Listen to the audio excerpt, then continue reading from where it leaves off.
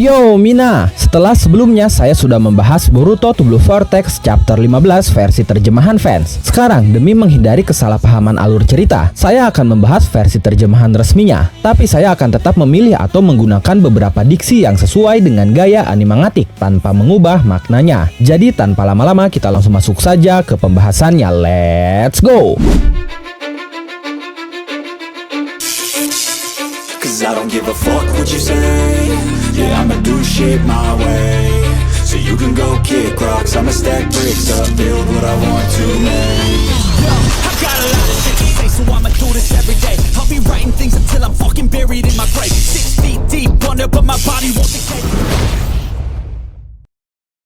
Sampul halaman berwarna chapter 15 menampilkan sosok Shinju lagi yang kali ini adalah Ryu. Di sana ada sebuah catatan yang berbunyi, pasir hitam terseret dalam kekacauan. Sementara judul resmi dari chapter 15 kali ini adalah kehidupan yang bergairah. Seperti biasa di halaman awal ada sebuah catatan samping editor yang kali ini berbunyi, Shinki dan yang lainnya terperangkap oleh pasir. Apa yang sebenarnya terjadi? Chapter 15 ini diawali dengan sebuah kilas balik yang menceritakan bagaimana Shinki bisa tergigit Sumeaka di sebuah tempat di negeri angin, tepatnya di sebuah gua yang terlihat seperti bekas markas Orochimaru. Shinki dan timnya yaitu Yodo dan Araya terperangkap dalam bola pasir. Shinki berteriak, "Apa yang ayah lakukan? Tolong lepaskan bola pasir ini, biarkan kami ikut bertarung." Shinki ternyata sedang berbicara kepada Gaara yang saat itu ada di depannya, yang sedang memegangi perutnya yang terluka. Gaara berkata, tidak bisa, kalian akan kubawa sampai pintu keluar. Sebagai Kazekage, kuperintahkan kepada kalian untuk segera lari dari sini. Mendengar itu, Shinki hanya bisa berteriak memanggil ayahnya. Lalu tidak lama dari itu, muncul Matsuri yang ternyata sedang berhadapan dengan mereka. Matsuri berkata, "Makanya aku sudah katakan kan, tujuanku ke sini hanya untuk melacak jejak Boruto dan rekannya. Aku tidak peduli dengan kalian. Omong-omong, jika lukamu tidak segera ditangani, kau bisa mati. Sebaiknya kau tidak menyia-nyiakan sisa waktumu untuk melindungi anak-anak di belakangmu." Lalu dengan terengah-engah Gaara berkata, "Justru itu tidak akan kubiarkan mereka kehilangan masa depan karena hal seperti ini, walaupun nyawaku sebagai taruhannya." Matsuri menanggapi ucapan Gaara dengan berkata, "Tidak masalah, asal kau tidak melawan, mereka akan kubiarkan hidup." Lalu tanpa pikir panjang, Gaara mulai menjauhkan Shinki dan yang lainnya menuju pintu keluar. Yodo pun hanya bisa berteriak memanggil Kazekage-nya itu. Lalu Gaara berkata, "Masa depan Sunagakure kutitipkan pada kalian." Setelah itu para Sumeaka mulai mendekati Gaara yang terluka dan bahkan sudah bersiap untuk menggigitnya. Tapi saat itu Shinki bisa melepaskan tangannya dari bola pasir. Lalu dengan pasir besinya, dia menghancurkan bola pasir yang mengurungnya. Setelah itu dia menggunakan Jitetsu Ryufusho untuk melindungi Gaara dengan menyegelnya di dalam sebuah bola pasir besi. Gaara yang melihat itu mencoba meneriaki Shinki untuk menghentikan tindakannya. Tapi Shinki tidak peduli, dia tetap menyegel Gaara sambil berkata, "Peran ayah masih dibutuhkan untuk masa depan Sunagakure." Matsuri yang melihat itu berkata, "Ya ampun, anak yang nakal sekali, kau harus mengikuti perintah ayahmu." Dan saat itu benar saja, hal yang dikhawatirkan Gaara terjadi. Karena sedang fokus dengan jutsunya untuk melindungi Gaara, Shinki pun lengah dan akhirnya tergigit oleh Sumeaka. Yodo dan Araya yang saat itu sudah terlepas dari bola pasir pun langsung berteriak memanggil Shinki, dan Yodo bahkan mencoba menghampirinya. Tapi Araya langsung menahan Yodo. Tidak lama dari itu, Shinki pun mulai dilahap dan berubah menjadi pohon. Lalu dengan paniknya, Shinki berteriak kepada Yodo untuk tidak memperdulikannya dan mereka harus segera pergi memberitahu Kankuro. Tapi Yodo saat itu masih berusaha untuk mendekati Shinki. Beruntung Araya menahannya dengan cukup kuat. Kemudian dengan kesadaran yang tersisa, Shinki masih sempat memperkuat segel yang dia buat untuk Gaara, dan Gaara pun berhasil disegel dengan sempurna di dalam bola pasir besi. Matsuri pun terlihat heran melihat bola pasir itu. Dia menghampirinya lalu menyentuhnya sambil berkata, "Fuin jutsunya masih aktif, padahal dia sudah menjadi pohon. Jadi ini tipe jutsu yang tetap aktif selama penggunanya masih hidup ya?" Dia mempertaruhkan nyawanya demi melindungi ayahnya. Tekad yang bagus. Sepertinya menarik jika dia menjadi rekan kami. Setelah itu kilas balik pun berakhir. Kembali ke Konoha yang masih memperlihatkan komunikasi Shikamaru dan Kankuro. Kankuro berkata, "Menurut laporan tim lainnya, walaupun sudah dijadikan pohon, sepertinya Shinki masih hidup. Berkat Fuin Jutsu milik Shinki, Gaara pun lolos dari maut walaupun dalam keadaan sekarat. Tapi kami tidak bisa menolong Gaara, karena yang bisa melepaskan Fuin Jutsu itu hanya Shinki seorang. Jadi pertama-tama, untuk menolong Gaara, kami harus mengembalikan Shinki seperti semula. Jika kalian tahu caranya, tolong beritahu aku." Lalu Shikamaru berkata, "Baiklah, aku sudah paham situasi situasi kalian. Tapi Kankuro, ada satu hal yang ingin kupastikan. Setelah kejadian itu, apakah ada yang melihat kemunculan seseorang yang memiliki cakra yang sama dengan Shinki? Kankuro menjawab, tidak, sampai saat ini tidak ada laporan seperti itu. Shikamaru berkata, baguslah kalau begitu, tapi kuharap kalian tetap waspada. Saat ini kami masih menginvestigasi tentang gejala pohon itu dan mencari cara untuk mengatasinya dengan menganalisa informasi yang ada. Jika ada fakta baru yang kami temukan, akan segera kuinfokan lagi. Lalu Kankuro berkata, mohon kerjasamanya. Oh iya, satu lagi Shikamaru, untuk sementara tolong rahasiakan ini dari Temari. Kau tidak ingin membuatnya khawatir kan? Shikamaru menjawab, ya, aku mengerti. Setelah itu sambungan komunikasi pun terputus. Sarada yang masih ada di ruangan Hokage terlihat cukup khawatir.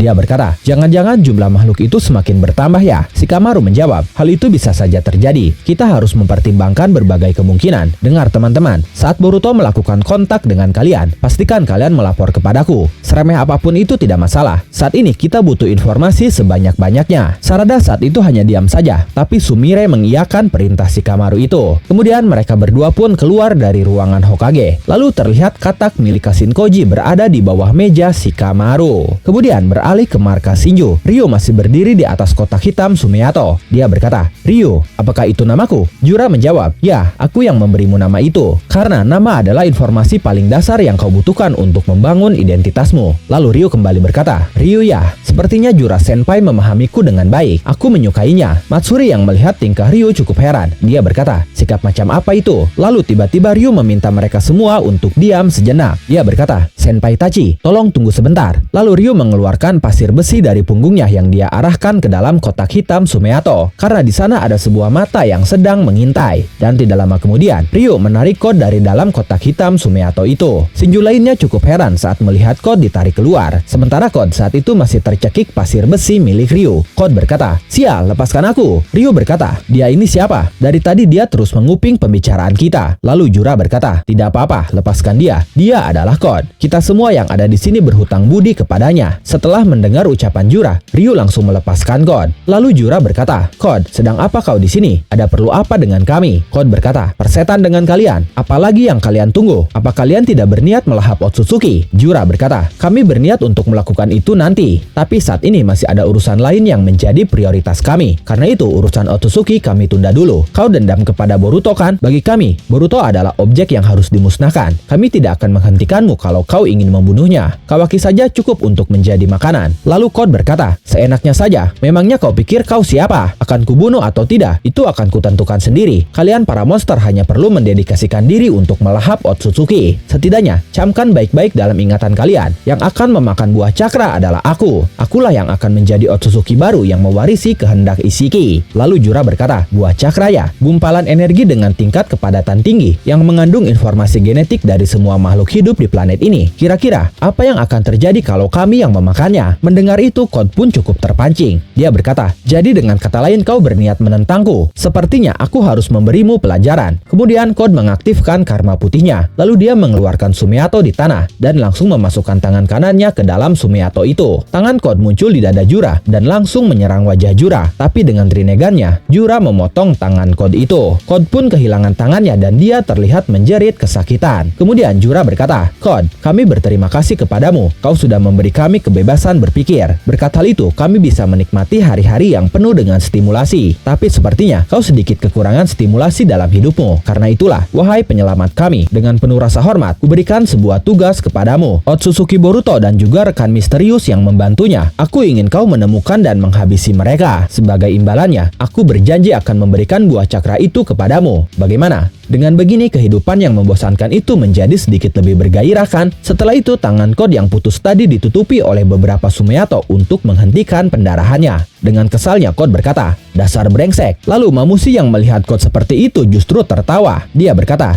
entah kenapa melihatmu yang terlihat menyedihkan itu rasanya menyenangkan sekali. Lalu Code berkata, monster-monster sialan, berani-beraninya kalian mempermainkanku. Tanpa kau suruh pun, aku akan melakukannya. Akan kuhabisi Boruto dan rekannya sekaligus. Ini janjiku. Apapun yang terjadi, kau akan berikan buah cakra itu kepadaku. Ingat itu. Jura menanggapi ucapan Code itu dengan berkata, dari lubuk hatiku yang terdalam, Kuharap usahamu membuahkan hasil. Aku jadi tidak sabar menantikan kemana takdir akan membawamu. Setelah itu Code mulai pergi dengan masuk ke dalam Sumeato. Tapi sebelum menghilang, dia berkata, tertawalah selagi kau bisa, karena pada akhirnya akulah yang akan menang. Setelah Code menghilang, Ryu berkata, aku tidak suka dengan sikapnya. Jika kita bertemu lagi dengannya, bolehkah aku membunuhnya? Jura berkata, tentu saja, kau bebas melakukannya. Kau bebas melakukannya. Tapi untuk saat ini, ada hal lain yang harus kau pikirkan, Ryu. Naluri. Dengarkan baik-baik suara naluri yang ada di dalam dirimu. Dengan begitu, kau akan tahu sosok dari target yang harus kau lahap. Tanpa pikir panjang, Ryu langsung berkata, untuk urusan itu sudah jelas. Saat ini dia sedang disegel menggunakan jutsu khusus. Tapi aku bisa membatalkan jutsu itu. Jura meminta Ryu untuk segera memberitahu siapa target yang Ryu pilih. Lalu Ryu berkata, sudah jelas targetku adalah Godai Mekaze Kage, Gaara dari Sunagakure. Setelah itu beralih ke Boruto yang sedang duduk santai di atas patung ayahnya setelah kabur dari interogasi yang dilakukan Konoha. Tidak lama dari itu kemudian datang Kawaki. Boruto bertanya apakah Kawaki datang sendiri. Kawaki menjawab bahwa dia datang sendiri, tapi jikapun ada yang melihat itu pasti Eida. Boruto berkata, ada apa? Tumben kau tidak langsung menyerangku. Kawaki berkata, Boruto, kenapa kau tidak menceritakan yang sebenarnya kepada orang-orang Konoha itu? Boruto menjawab, karena hal itu akan membuat situasinya menjadi rumit. Seperti apapun faktanya, pasti akan ada pihak yang mempercayainya dan ada pihak lain yang meragukan kebenarannya. Perpecahan seperti itu hanya akan menimbulkan kekacauan. Aku hanya tidak ingin itu terjadi. Setidaknya dengan begini, situasi di Konoha tetap stabil. Bagiku itu sudah cukup. Ninja pelarian yang memberontak sudah sewajarnya diatasi seperti itu. Selain itu, aku sudah meneguhkan diri untuk tidak terpengaruh oleh apapun. Ini berkat guru. Kawaki bertanya, apa yang terjadi dengan Momoshiki? Kau belum membereskannya kan? Kelihatannya, kau pun belum bisa mengontrol karma ya. Lalu Boruto bercerita kejadian selama meninggalkan desa. Dia berkata, sekitar 2 tahun yang lalu, setelah aku keluar dari desa, aku bertarung melawan Code bersama guru,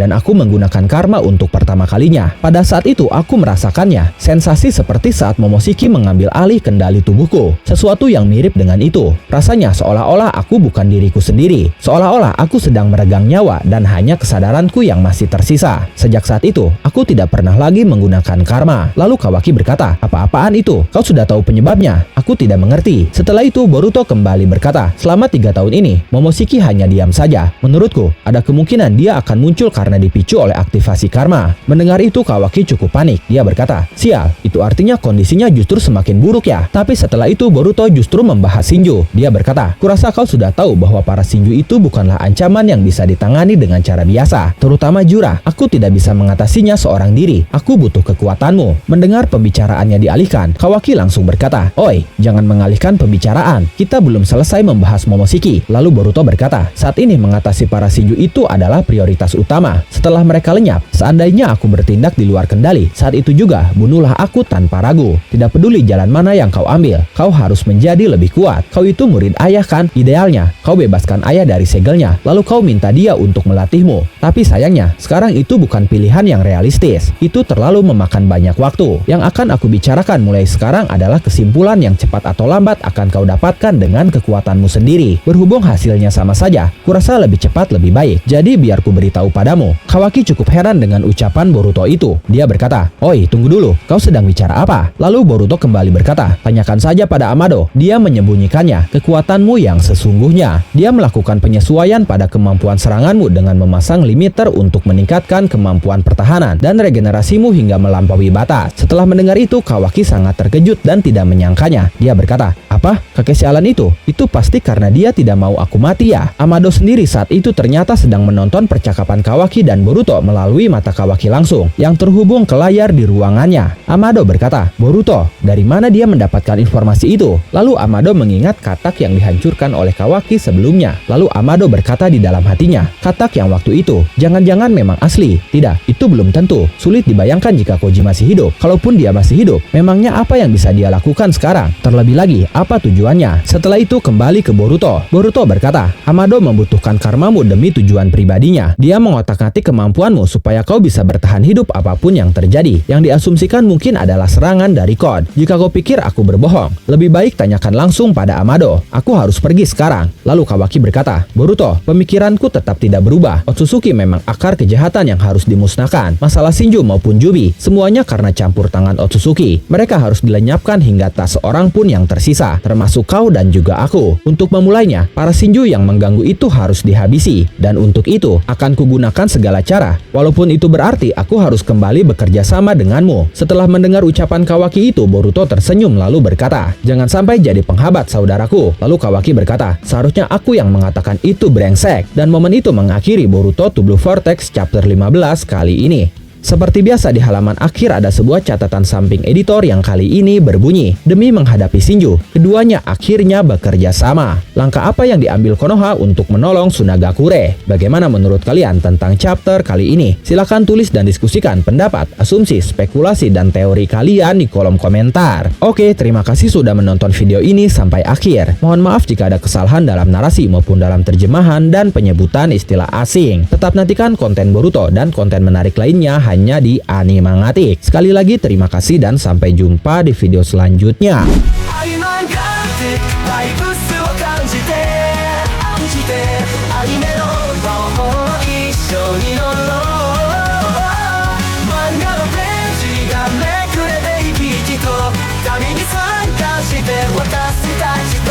Don't